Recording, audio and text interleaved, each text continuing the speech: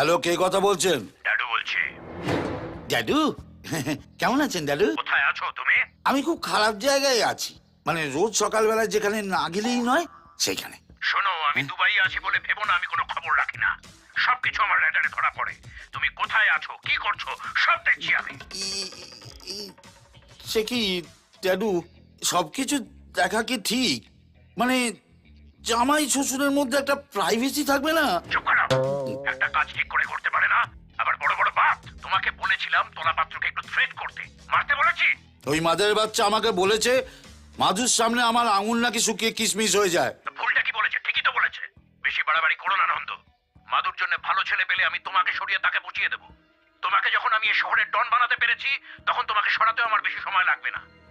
Sorry ড্যাডু, আর এমন ভুল হবে না।